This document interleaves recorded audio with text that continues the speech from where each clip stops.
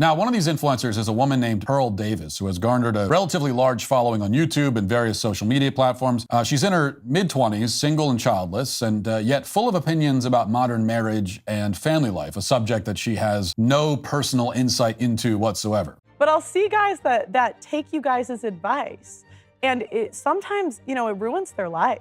What would men do if they begged you for advice? Again, I'm not in the business of telling men what to do, But I think you kind of are. Well, what % of women do you think are marriageable? I think you're skirting the issue. I mean, I know you don't like to use personal examples. You kind of make these broad brush generalizations, but there absolutely are statistically many people getting married. There are millions of married people in this country. So I don't know where you're going with the point. Now, a couple other things that I want to make sure I mention. If you're a young person here and you say, boy, what do I want to do for my life? Honestly, you should get married as young as possible and have as many kids as possible. Period. Reject the siren song of modernity. Yeah, get married and have a ton of kids. I mean, get married when you're too young, have more kids than you can afford, take a job you're not qualified for, live boldly, stop getting high, stop doing anything that blurs your vision or makes time go faster. You're going to die before you know it. So I was on X the other day when I noticed a post about me made by Brad Wilcox, a dishonest marriage propagandist with a stupid haircut who works at the heavily biased Institute for Family Studies. The post read, "No, the divorce rate is not 75%, Pearly thinks. It's not even 50%, as Matt Walsh notes here." And there's a screen cap of the Walsh video. Wilcox continues, "It's about 40% according to the latest Family Studies estimate." Wow, he really called me out, didn't he? Except I have never claimed that the divorce rate was 75%, as Matt Walsh specifies in the exact same video. Would you ever sign a contract that fails 75% of the time, where your business partner is paid to break the contract? Why would you encourage men to sign that contract until the terms are fixed? Now, you may be surprised to learn that marriages fail at a rate of 75%. Either Brad Wilcox didn't actually watch the video, or he's being deliberately dishonest in an attempt to deceive the public, which as a full-time marriage hustler would not be the first time. In fact, deceiving is what he does to young men almost every single day of his life. Anyways, Brad Wilcox was dead wrong about his facts, as per usual, and so I was tempted to just brush it off, but the post intrigued me.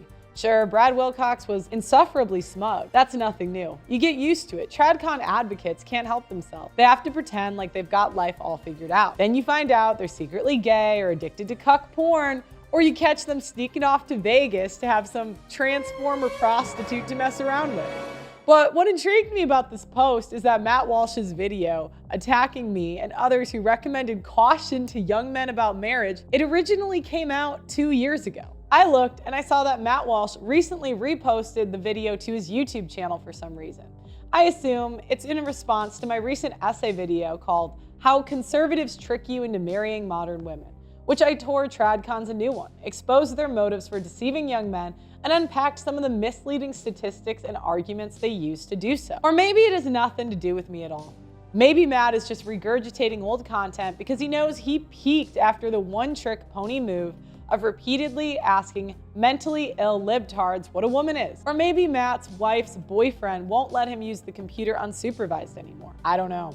But Brad Wilcox's post and Matt Walsh's video did get me thinking about the business of marriage pimping and convincing young men to walk blindly into the worst deal they could ever take in their lives. Wilcox is referencing an X post I made in 2023, shaming the Dailywire's leading idiot Jeremy Boring for pushing men towards marriage, despite the potentially devastating consequences to their lives, finances, and mental health, instead of campaigning vigorously for divorce court reform. This was part of a blizzard of tweets that were sent back and forth between the Dailywire staff and me and others over the course of several days that quite frankly had the simps of the Daily Wire taking a huge L. Matt Walsh then attempted to leap to the rescue to do a characteristically condescending video without much substance on the subject.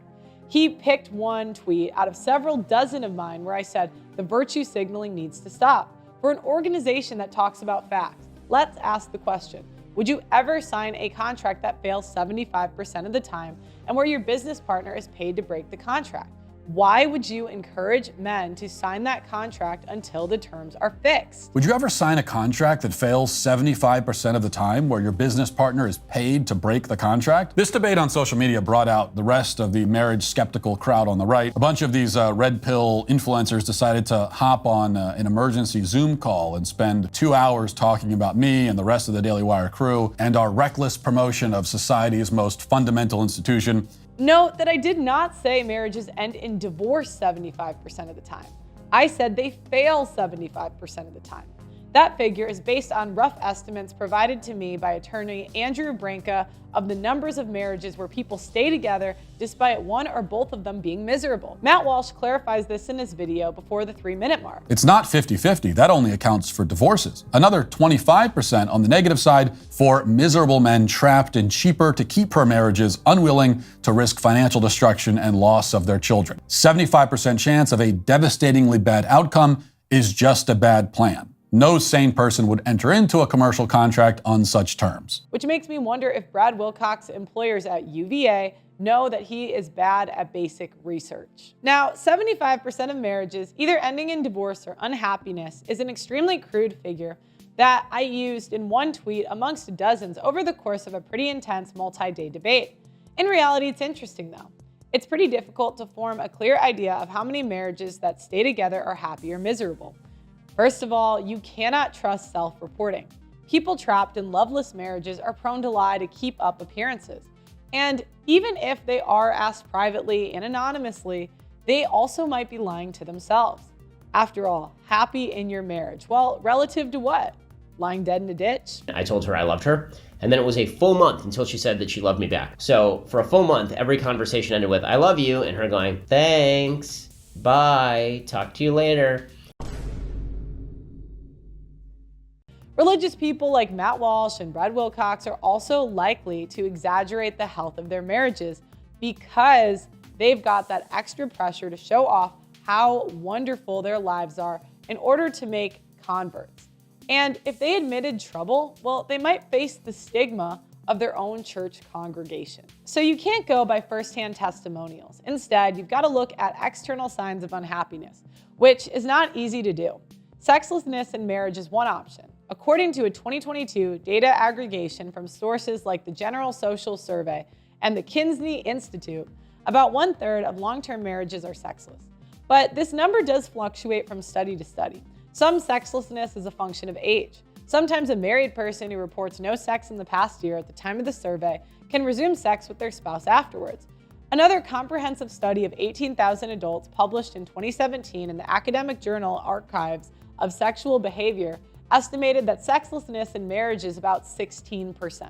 As far as I can tell from various studies on the subject, 16% rests closer to those having 0 sexual encounters per year, whereas the larger number, 33%, is a better representation of couples who have 10 sexual encounters or less per year.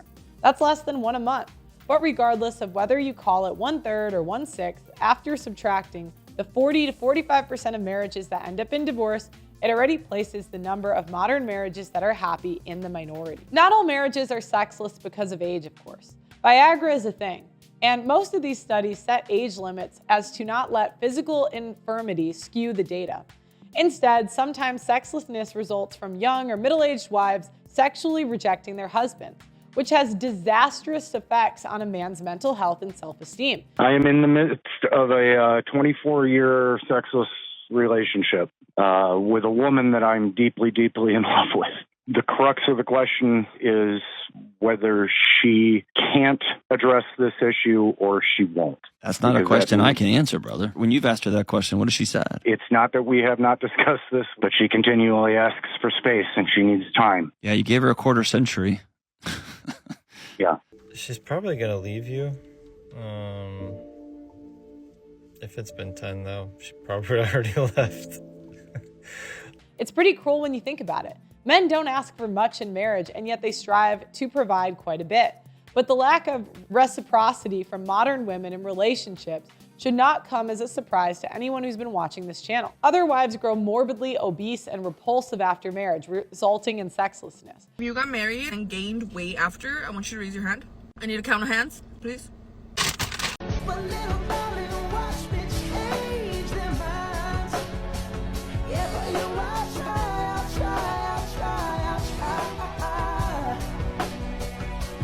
Perhaps you might even hear the stitches tear on the wedding dress on the way back down the aisle. Sometimes women wield sex like a weapon, using it to coerce their husbands or torment them.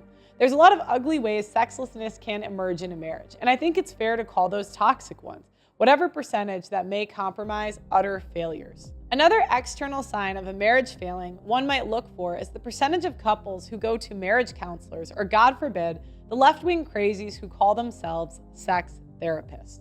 According to a 2023 study of 1,106 US adults, 37% of couples have sought counseling at some point. Other studies place the stat even higher at 40 or 50%. But I don't find them credible, since they were either conducted by marriage counselors or specialists closely affiliated with them. Essentially, they're advertising and trying to normalize the practice. And also, for the sake of fairness, we'll go with the lower figure of 37%. Meanwhile, in 2020, Kinsey Institute data revealed that 5 to 10% of couples who have gone to some kind of sex therapy. The number potentially adds up to nearly half again, 42 to 47%. The problem with using counseling or therapy as an indicator for troubled marriages is that if you're already in counseling or sex therapy, you're pretty much divorced already. But a 2018 article by divorce attorney Peter Van Allen indicates that 38% of people who seek such help wind up divorced. That leaves the remaining 26 to 29% of all married couples who had sought counseling had stayed together. And there is a problem that we don't know. We don't know if the counseling helped them turn the corner and be happy, or how many of those married couples just gritted their teeth and endured an unhappy union. But one thing is clear. The fact that nearly 1/3 of people who stayed married needed counseling in the first place indicates that even if, as a man, you manage to avoid divorce, there's still a big chance your marriage is not going to be a happy one. And let's face it, which spouse is the one usually that demands counseling? Usually it's the wife. Another external sign of an unhappy marriage might be how often couples argue. A 2022 YouGov poll asked people how often they have serious arguments with their partner. 8% reported having serious arguments daily. 30% argued at least once a week, and 28% argued at least once a month. 32% argued at least once a year, and 2% claimed they never argued. The last group is otherwise known as bold-faced liars. Now, none of this is definitive, but it helps you understand Attorney Branca's rough estimate that only 25% of marriages are happy ones, while the remaining 75% end up in divorce or some kind of cheaper-to-keep or daily hell. And as always with these statistics, I encourage young men to be cautious when approaching the idea of marriage, rather than pushing you into it like a shameless marriage propagandist like Matt Walsh and Brad Wilcox do. If anything, their position just shows they don't really give a damn about you or what might happen to you. They're perfectly happy to sacrifice you for their ideal. Walsh and Wilcox are the same sort of conservatives who a couple generations ago would have happily sent young men off to Vietnam to die while they sat comfortably at home. But at any rate, if you do meet a decent girl and you want to roll the dice, for the love of God, please get a prenup. And get it well in advance of the wedding and have witnesses or text evidence to as much of these discussions as humanly possible, so she can't later claim to a judge that she felt coerced. So no, contrary to Brad Wilcox's ignorant statement or outright lie, I did not claim the divorce rate was 75%. Interestingly, Wilcox cites a divorce rate of 40%. In my previous video on the subject, I ran with an estimate of 40 to 45%. It used to be 50 to 55%. In the first 2 decades following the introduction of no-fault divorce. And of course, the marriage rate has been cut in half since then. Meanwhile, Matt Walsh in his video ignores plenty of credible estimates and good work done on divorce rate to simply use the raw census data to claim the divorce rate is 35%. Probably our best guess is based on US Census data, which according to the most recent figures, says that about 35% of American adults who have been married have been divorced. I've covered how tradcons sometimes like to lowball the divorce rate in my video, how conservatives trick you into marrying modern women. Sometimes they even have the nerve to drop it below 30%. In the same video, I debunked the claim the Dailywire likes to make that being religious reduces your chance of divorce to single digits. That is yet another lie. In his video, Matt Walsh deliberately misconstrues another tweet of mine, in which I pointed out how Walsh, Ben Shapiro, and Michael Knowles are still in their 30s at this time, which is a pretty young age to be preaching to the public about the keys to a happy marriage. In one of her tweets, she wrote, quote, "The tradcons push marriage because they aren't old enough to know better. They don't know the reality of what they're pushing." This is accompanied by a picture of myself, Ben Shapiro, and Michael Knowles. We aren't old enough to know better and don't know the reality of what we're pushing, yet a woman who is younger than us and single does know better and does understand this reality. Which Walsh goes on to do multiple times in the same video. My point was that these three young guys might not even know what they're advocating for until the ugly divorce happens to one of them. I personally don't find it so easy to hand wave the absolute horror stories I've heard of men having to live their lives devastated in divorce court. And need I point out what happened to Steven Crowder, about whom the Dailywire at the time maliciously pushed the falsehoods made up by Crowder's wife. There is literally nothing Walsh, Shapiro, or Knowles could say to convince me that one day they won't find themselves in Crowder's position. And if they do tell you otherwise, they're either lying or delusional. Trad wives are all sundresses, ride or die, and cherry pie all day until they are trying to get alimony, child custody, and child support in divorce court. Then they might as well be head shaved, tatted up, purple-haired feminists along with the rest of modern women. And so I want to help you a bit, and really I want to help your wife, because you essentially just used your platform, millions of people have access to your platform, she doesn't have the same, to insult her. You picked the wrong woman, okay? So here's what I would like to do. I would like to invite Hillary Crowder onto my platform because she doesn't have one, and because her ex-husband apparently just used his to insult her, to say that he picked the wrong woman. I find that to be really despicable. So Hillary Crowder, if you are watching, you are more than welcome to come on my show and to talk about what's actually going on. I have been interested in the Steven Crowder saga pertaining to his divorce because he literally inserted me into his divorce a couple of days ago. And his wife and family are now speaking out regarding that video in which he told people publicly that his wife was leaving him. You remember this, he chose wrong. And he essentially made it sound as if he did not want his marriage to end, but his wife simply wanted to leave. Well, she has responded by giving video, and I want to prep you. I want you to know this is horrific video. It is very difficult to watch. It's especially difficult to watch because in this footage, she is 8 months pregnant. And the video essentially reveals just how emotionally abusive he has been, and she is alleging that he has been emotionally abusive to her. But all Walsh could muster was to sarcastically repeat what I had said in unflattering tones. By the way, Matt, this is lazy, without substance, and you depend on it way too much in your videos. Matt focuses on how I posted their ages, rather than what this might signify. He then takes great delight in saying how a woman in her 20s who's single, I'm not, but thanks, Matt. Now, one of these influencers is a woman named Pearl Davis, who has garnered a relatively large following on YouTube and various social media platforms. She's in her mid-20s, single and childless, and yet full of opinions about modern marriage and family life, a subject that she has no personal insight into whatsoever. And unmarried, doesn't know much about marriage as a Bible thumper in his 30s, who has so far not yet felt the sting of divorce. Here's the thing, Matt. You don't have to jump onto the manure pile to know that it stinks, or to stretch the metaphor that around 75% of them do. One can look at the statistics, one can listen to the horror stories, and one can advocate for caution and reform. And that's exactly what I've advocated for. Not that it stopped Matt Walsh at the beginning of his video claiming that, like the feminists, people on my side of the debate, quote unquote, hate marriage. Some right-wing influencers with legions of young, mostly male fans have decided that men should abandon marriage and family life and go their own way. And these influencers, many of whom consider themselves a part of the so-called Redpill movement, pretend to despise feminists and yet have essentially arrived at the same conclusion as feminists, which is that we should give up on the family. No, I advocate caution. And the men in my space are majority conservative and would like to get married, but realistically are wary of modern results. But saying, quote unquote, red pillars are just like the feminists was an over-frequent shaming and scare tactic Dailywire was repeating over and over at the time. I wonder what the corporate boardroom meeting at the fake TradCon headquarters was like when they thought of that one, and what the email from Jeremy Boring to all of his little employees said that looked like. Anyways, there's so many differences between men wary of marriage and feminists that the comparison is utterly absurd and barely worth criticizing. But that's some of the quality work you can expect from the Daily Wire, I guess.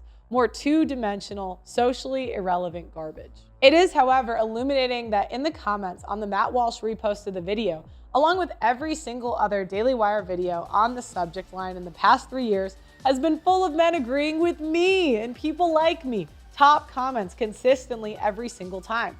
Among their own audience, it just goes to show how when push comes to shove, Dailywire are perfectly happy to portray their own supporters. By the way, guys, how's Brett Cooper doing? Oh yeah, that's right. The final tweet of mine that Walsh brings up in his video is the one that featured before and after photos of Pierce Brosnan and his wife, Keely. Essentially, the wife of an ultra-handsome, rich movie star went from being a hot chick in their early relationship to being pretty fat. And don't tell me that Pierce Brosnan doesn't have the money to hire a trainer or a dietitian, if his wife was even remotely inclined to stay good looking for him. So I simply asked the question, quote, does this count for men as a successful marriage? Would this be a W for men everywhere? Again, men ask for very little in marriage: peace, affection, respect, loyalty, and if possible for their wife to try to look her best. And it's pretty easy to not let things slide so far that you become a blimp. It's possible that Pierce Brosnan's wife just doesn't give a shit enough to try. But I don't know, maybe she has a medical condition. Maybe he has a secret chubby chaser fetish. Maybe they have embraced left-wing, healthy at any size propaganda. All I did in a single tweet was to ask a question. Instead, Matt Walsh characterized it as, quote, apparently, even if the two are happy and remain married for 2 decades, they still might fall into that 75% divorce rate because they both have not remained in supermodel condition. It's like he always is white knighting for these hoes, always. Anyways, you notice how most of a Matt Walsh video is just him repeating a straw man version of an argument rather than coming up with anything of his own? How much does he earn a year again? And indeed, he has to say not both because Pierce Brosnan still looks pretty damn good despite being 10 years older than his wife. And also, Matt, that's not what I said. And you also presume they're happy. You have no way of knowing that more than I do. All I asked, if being the former James Bond and having your pick of the litter, you choose a wife who doesn't stay in shape, would that be a sign of a successful marriage? I'm gonna go on a limb and say that most men wouldn't be very pleased by the wedding dress tearing on the way back down the aisle. In fact, when you think about it, letting yourself go once you've nabbed your man and gotten your ring seems pretty disrespectful to your man. But again, all I did was ask a question, a valid one. And interestingly, in the past few weeks, it's come out that Brosnan's wife, Keely, has started a weight loss journey, which suggests that perhaps Pierce Brosnan wasn't pleased when she got fat. And it begs the question, why didn't she start this earlier in their 2 decades-long marriage? Anyways, Matt Walsh's grade school attempt at a rebuttal to my position pretty much consisted of his reading those 3 tweets. Not exactly quality work there, Matt. Then he goes on to give sage advice on marriage. He starts with a grandiose declaration that we're all individuals and to ignore statistics. I am saying that you shouldn't, on the other extreme, see yourself as passive debris floating helplessly on the tide of statistical likelihoods. Because you are an individual. Your marriage is an individual thing, and its chances of failure are not set by society at large. Yes, Matt, we are all individuals, and statistics are made up of a collection of individuals. They mean something when you're trying to evaluate the odds of a poor outcome. But Matt's brilliant advice is to ignore the probabilities and just don't make the choices that lead to divorce. He then absurdly compares divorce to obesity. The obesity rate in the United States is over 40%. Does that mean that your own chances of becoming obese are 40%? No, it doesn't. Your chances might be 5%. They might be practically 0, or they might be quite a bit higher than 40%. That's because obesity is the result of behavior and choices. If you do not engage in the behavior or make the choices that lead to obesity, you will not become obese. The fact that 40% of people around you are fat does not mean that you automatically have a 40% obesity risk. You make bad choices which make you fat, so don't make those choices. Of course, that ignores the fact that only one person controls what they put in their mouth, while there are 2 people in a marriage. And women are the ones who leave the majority of the time. Matt then pivots to a car accident analogy. Again, he says if you're a safe driver, you reduce your risks of having an accident. Again, ignoring the fact that there are idiots on the road who will just run into you no matter how safe you drive. Now imagine if the other drivers on the road were legally entitled to half of your house and a monthly stipend if they ran into you. Something tells me that the accident rate would be much higher than it already is. This is the state of modern marriage for men. And such is Matt's brilliant advice that if you don't want to get divorced, don't make decisions that lead to divorce. Implicit in this advice is the idea that if your wife leaves you and skins you alive in divorce court, it's your own damn fault anyway. Matt Walsh has the convenience of turning up his nose at men whose wives leave them and destroy them financially. That is, until one day he has it done to himself. Matt then launches into a rambling list of how to significantly reduce your chances of divorce. So I hope you're listening, folks. 1, be religious. I've already discussed how this does not significantly reduce your chances of divorce in my video, How Conservatives Trick You into Marrying Modern Women.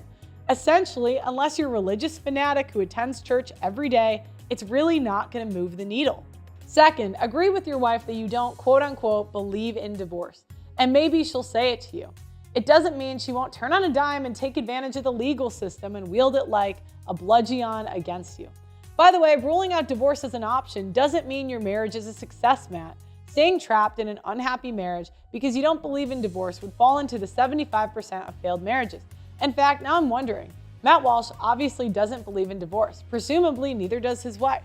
So what side of the 75% does he fall on? You can continue to date, even or especially as your lives get busier and you start having kids and so on. You can make a strong effort to be patient with and grateful to each other. Third, Matt says you should do a date night once in a while. For years now, I've exhaustingly covered how date nights aren't really about pair bonding.